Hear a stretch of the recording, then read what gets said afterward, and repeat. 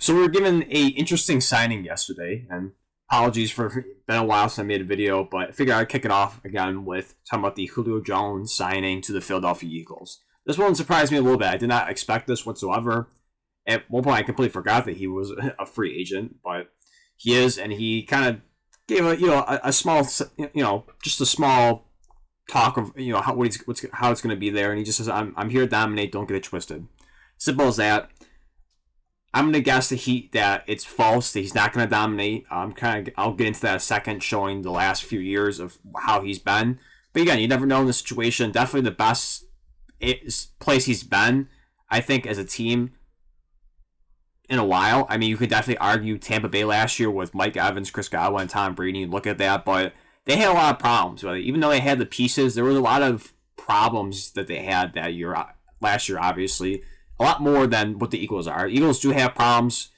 Definitely not the same team that they were last year, but definitely in a much better spot, even with the problems they have now. Much better spot than the Bucs were last year. So I do consider it a better situation than the Eagles. Again, I'm not saying because I guess Tom Brady and Hurts. I'm not saying Hurts is better. It's just I feel overall team-wise, it's a better situation than the Bucs last year. Maybe if Julio Jones was on the Bucs in 2020, that definitely would have been a great signing, but too little, too late with that. And kind of scrolling down, I will leave the link on this below when I post this on YouTube, so you can look at the article yourselves. Once again, just highlighting, he says, "I'm here to dominate. Don't get it twisted." So Jones signed a one-year contract with the Eagles on Tuesday. He had been a free agent through the first 6 weeks of the season after spending the 2022 campaign with the Tampa Bay Buccaneers. And you scroll a little bit farther down. It says the signing of Jones comes after the Eagles placed wide receiver Quez Watkins on injury reserve with a hamstring ailment. He'll now suit up for alongside A.J. Brown, Devontae Smith, and I'm not even going to pronounce his name. I'm horrible at pronouncing that guy's name, but Zachuez. If I butchered that, I apologize. But I mean, overall, kind of talks a little bit more into in his career and stuff like that. But that's kind of just a good bulk. I want to just talk, kind of show quickly. But it's more importantly just focus on the quote. "I'm here to dominate. Don't get it twisted." Once again, I don't believe he is, and we're gonna look at his stats. Especially if you look at the last 3 years, it's not been good. And even if you count this season, he's been on 4 different teams the last 4 years. 2020 Atlanta, 2021 Tennessee, 2022 Tampa, and obviously right now with the Eagles. His last great year was back in 2019, and that's been quite a while now. It definitely it didn't look like that back then, but 2019 is a decent amount of time from then to now, and that was his last great year. He had 157 targets, 99 receptions, 1,394 yards, 6 touchdowns. That was sadly at that time. That was the last time we knew Julio Jones as a receiver he was. After that, it really tapered off. In 2020, his final year in Atlanta, he only played 9 games, missed basically half the season. Only had 68 targets, 51 catches, 771 yards, 3 touchdowns. And you look at that in 9 games, that's pretty good, and it is. It definitely is. On par to what it was in 2019 if he played a whole year. Then afterwards, of course, they let him go because of cap situation, stuff like that. They traded him to Tennessee. Didn't last long. Only 1 season. Basically played the same amount of games, 10 games. Only had 31 catches, 434 yards, 1 touchdown. Wasn't a big contributor with that. He did have that spectacular catch against the Bills on the sideline. And that's pretty much the highlight of Julio in Tennessee. Didn't do too much, just banged up really the whole season. And we look at last year after he gets let go at Tennessee, Tom Brady decides, you know what, let me give him a chance. Let's see if he can help us win a Super Bowl.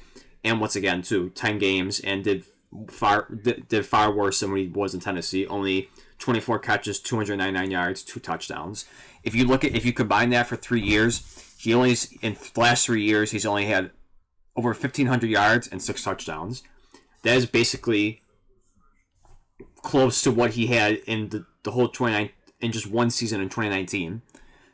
So do I look at it? You look at his age too at 34 years old, and you're seeing that he is starting to get banged up more. And you look at the previous seasons outside of 2013, he has been relatively healthy. But after 2019, it has not panned out that way. Does it help that he's been, health-wise, that he hasn't been out there taking hits the first 6 weeks of the season? Yes, it does preserve his body, but at the same time, too, is he going to be in NFL shape? What happens when he takes those first few hits? Is he going to immediately go back into the Julio Jones the last few seasons?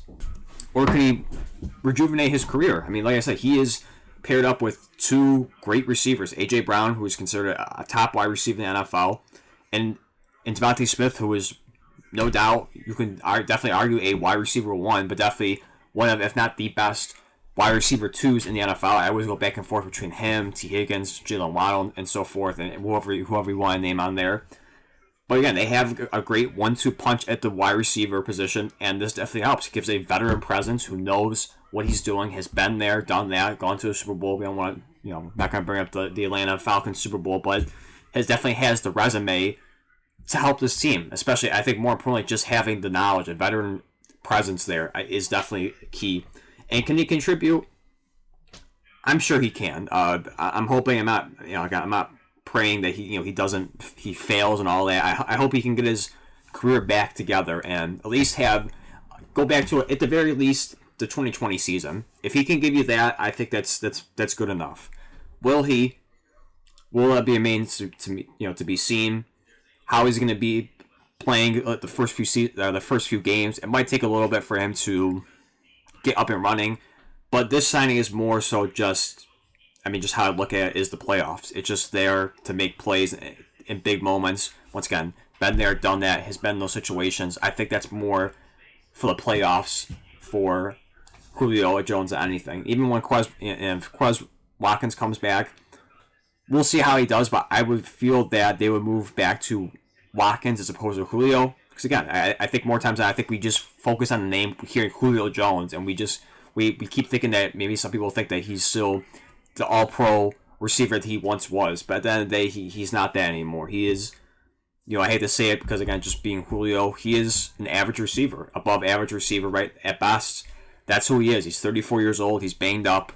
He's not what he once was, but I do think this is overall, there is no risk to this. At the end of the day, even if at worst case scenario, if it falls apart, like, for Julio, if he keeps getting banged up, it's not a big loss. You brought in, he can still give you on the sideline veteran experience, but best case scenario, he can come in and make big plays when you need to, again, especially in the playoffs, because that's why I think that's where he's more importantly used for. I don't think they're not really focused too much on the regular season. Can he make a few plays here and there throughout the regular season? I'm sure, but again, I just more so focus on playoffs. That's when it matters most. But that's my quick thoughts on the Julio Jones signing. Do I see dominance like he says now? And can't knock the guy for having confidence. I'm sure that he truly believes he can do that. I hope he can have that bounce back. But overall, once again, I think more what we've seen the last few years, more times than not, that it's most likely not going to be that way. But who knows? We'll see. Once again, a fresh start on a new team, especially a team that definitely has a really good chance to make it back to the Super Bowl. Especially with the NFC being weaker in terms of quarterbacks and stuff like that, definitely have the much easier path to go into that. So Julio Jones can definitely contribute to that. We'll see what happens with that.